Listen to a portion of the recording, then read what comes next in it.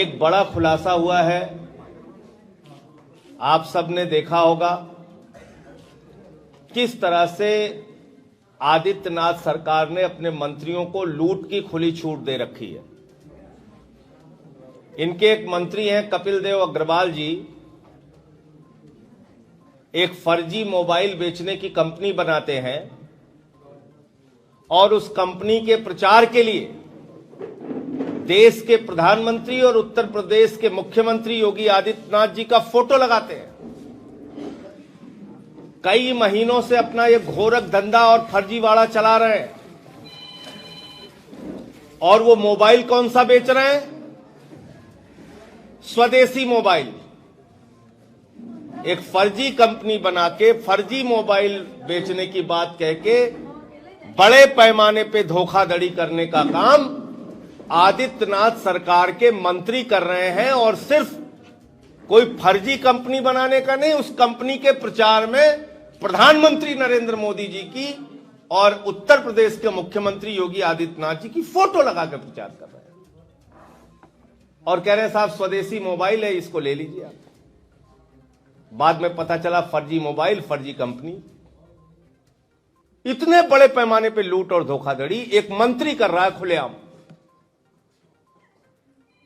तो मैं आदित्यनाथ जी से कहना चाहता हूं कि उसके खिलाफ एफआईआर तो हो गई, लेकिन इतनी बड़ी धोखाधड़ी करने वाला व्यक्ति अभी भी आपके सरकार में मंत्री कैसे है?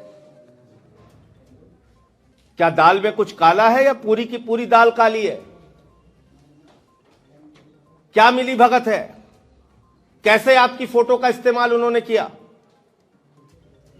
और अगर इस पर कार्रवाई नहीं होती तो कहीं ना कहीं ये साफ तौर पे संकेत जाएगा कि उत्तर प्रदेश के मुख्यमंत्री का संरक्षण प्राप्त करके ये धोखाधड़ी खुलेआम उनका मंत्री कर रहा था। दूसरा विषय, हाथरस कांड पे सीबीआई की एक और रिपोर्ट आई है और इस रिपोर्ट में साफ तौर पे, स्पष्ट तौर पे कहा गया है कि उत्तर प्रदेश सरकार की पुलिस ने हाथरस कांड की जांच में लापरवाही बरती।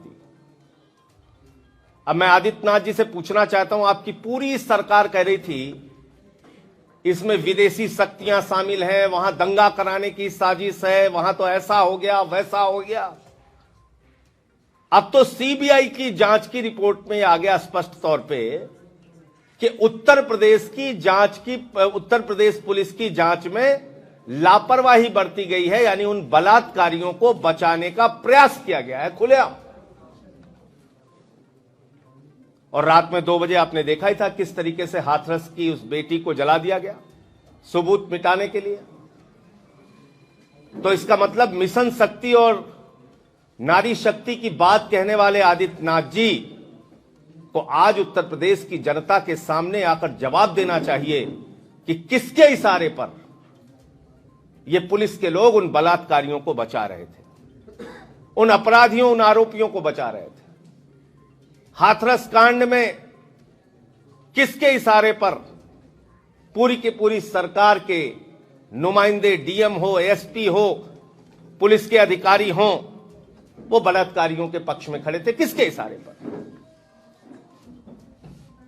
तीसरा विषय, आपने एक वीडियो देखा होगा, बहुत वायरल हो रहा है और उस वीडियो में गाजियाबाद के अंदर लाठियों से पीटकर, सरिया से पीटकर एक अजय नाम के व्यक्ति की हत्या कर दी गई, निर्मम हत्या कर दी गई।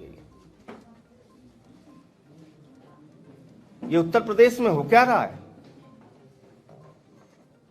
खुलेआम कहीं भी किसी को भी पकड़ के मार दिया जा रहा है, उसकी हत्या कर दी जा रही है।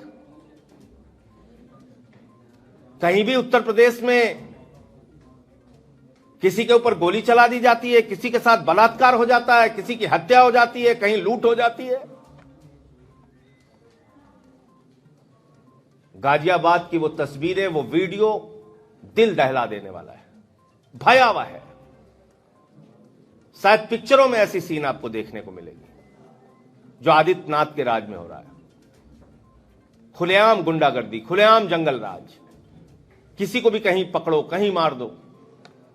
मंदिर के सामने फूल की दुकान लगाने को लेकर झगड़ा हुआ और सरिया से पीट पीट के उसकी निर्मम हत्या कर दी गई अजय नाम के व्यक्ति की। और पुलिस की जानकारी में यह मामला पिछले 2-3 महीनों से था।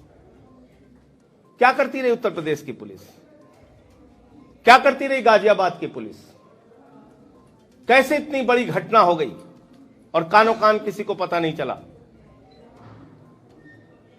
तो इसलिए मैं फिर दोहरा रहा हूं, आदित्यनाथ जी का शासन और आदित्यनाथ जी अपनी सरकार और सरकार की प्रशासनिक व्यवस्था चलाने में पूरी तरीके से फेल हो चुके हैं और अब उनको नैतिक अधिकार नहीं है अपने पद पर बने रहने का। हाथरस कांड की घटना हो या आए दिन हो रहे बलात्कार की घटनाएं हो या ये गाजियाबाद की घटना हो या अब उनके मंत्री का घोटाले में नाम आना, धोखाधड़ी में नाम आना और उसमें मुख्यमंत्री की फोटो लगा के धोखाधड़ी करना।